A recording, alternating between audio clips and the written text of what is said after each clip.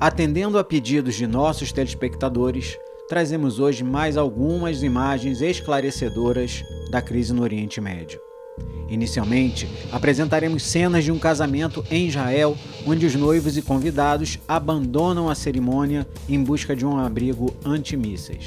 A seguir, exibiremos um vídeo de crianças israelenses nas áreas mais atingidas pelos foguetes lançados de Gaza, expressando o drama que passam todos os anos.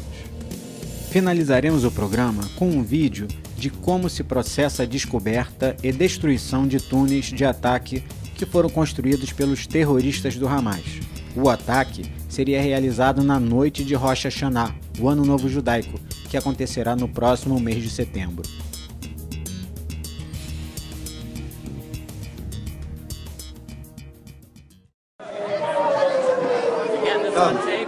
קח, תפוס את השטר הזה, מנילה. לא.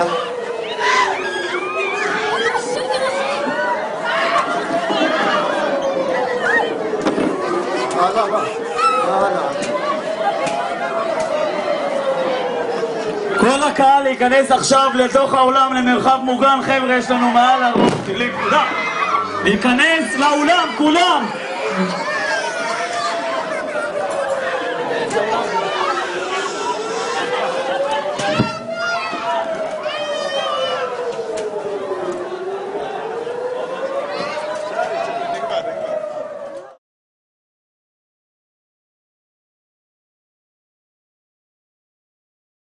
הקייטנה של הילדים בכפר עזה הייתה היום רועשת כמו כל קייטנה אחרת. אלא שכאן אי אפשר ללכת לבריכה כי זה לא בטוח בימים האלה, אז נשארים במסגן. זה סוג של שגרה, כמו שבתל אביב השגרה זה שהכל שקט, אז אצלנו השגרה פה זה צבע אדום. המדריכים נותנים לנו הרגשה טובה, אז ברור שיהיה פה מצוין, נעים פה. כל הילדים, כמו בל, נולדו לתוך השגרה הזאת. הם מכירים את הצבע האדום מאז ומתמיד. אנחנו כבר די רגילים לזה, וגם אני כבר הספקתי להיות בשתי מלחמות. זה מלחיץ שאולי אחד מהחברים שלי ייפגע, אחד מהמשפחה שלי. זה מפחיד, יכול ליפול בבית שלי, או שמישהו ימות. מרוב תרגול הם כבר יודעים היטב מה מרגיע אותם. אי אפשר להגיד שלא נבלים מזה, אבל יש לך את הממד ואתה נשאר שם ממוגן. אנשים מתקשרים ושואלים אותנו איך אנחנו מרגישים, ודודים שלי שהם גם גרים בחול.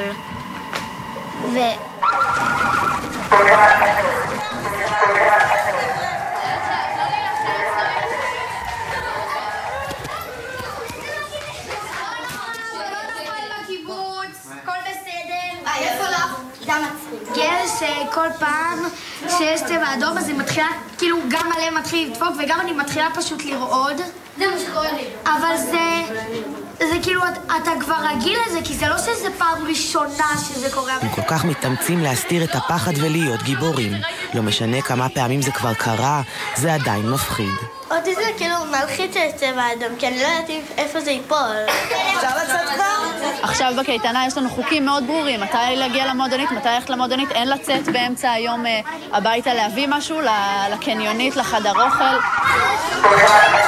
עכשיו זה מתח, שוב רצים לממד. הפיצוץ נשמע די קרוב.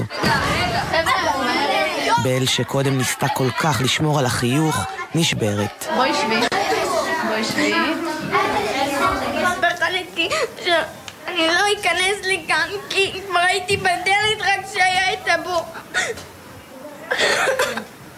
בכל יום אנחנו שומעים על עוד אזעקת צבע אדום ועוד אחת. ככה זה נראה מקרוב. זאת הילדות שלהם, זה החופש הגדול שלהם. אבא! איפה אתה? אני בממד. לא במועדונית. כן, עליך. אתה בשטח ממוגן. כל הילדים של שדרות, אין עליהם. גם שר החינוך בא היום לבקר בקייטנות בדרום. תפקידה של הממשלה הוא לייצר מצב שהחופש הגדול של ילדי שדרות ועוטף עזה יהיה דומה לחופש הגדול של ילדי שדרות בכל מקום אחר בישראל. ברוך הבא, אדוני הנשיא. אנחנו שמחים שאתה כאן. גם נשיא המדינה בא לעודד. אנחנו חוגגים בכל מיני תחומים, בקיבוץ סעד חלק משגרת הקייטנה הוא לכתוב מכתבים לחיילים ולשחק במשחקי מים סמוך למיגונית. לא רחוק משם לחוף זיקים אף אחד לא מגיע, החוף פשוט שומם. זה לא יאומן, לא יאומן מה שהיה לנו פה לפני שבוע ומה שהיה לנו השבת הזאת. חופש גדול, תחילת שבוע, ים, שמש, יום מקסים, ואנשים לא מגיעים. בכפר עזה הסכנה חלפה בינתיים. אפשר לאכול ארוחת צהריים ולהירגע. גם בל כבר שוב מחייכת. שבת. רוצה להצטלם את צילום סלפי למזכרת? כן?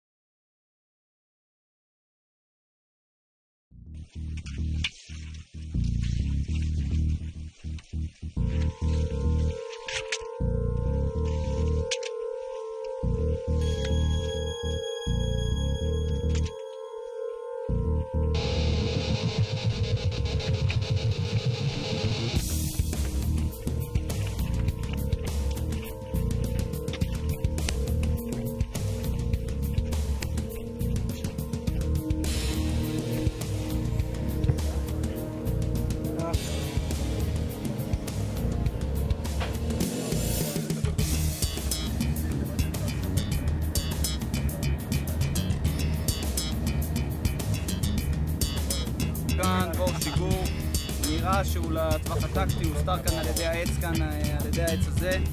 המטע הזה הוא מטע מוסתר, קשה לראות אותו מלמעלה עם חיל האוויר, קשה להקן כאן את השיגורים.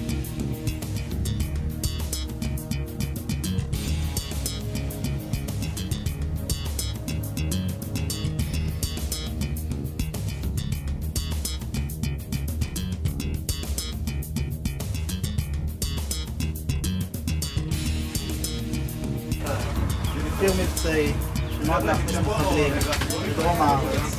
אפשר להיכנס פה כמות גדולה מאוד של מחבלים. יש פה הרבה מאוד אספקה, נמצא בחצר של בית, בתוך פחון.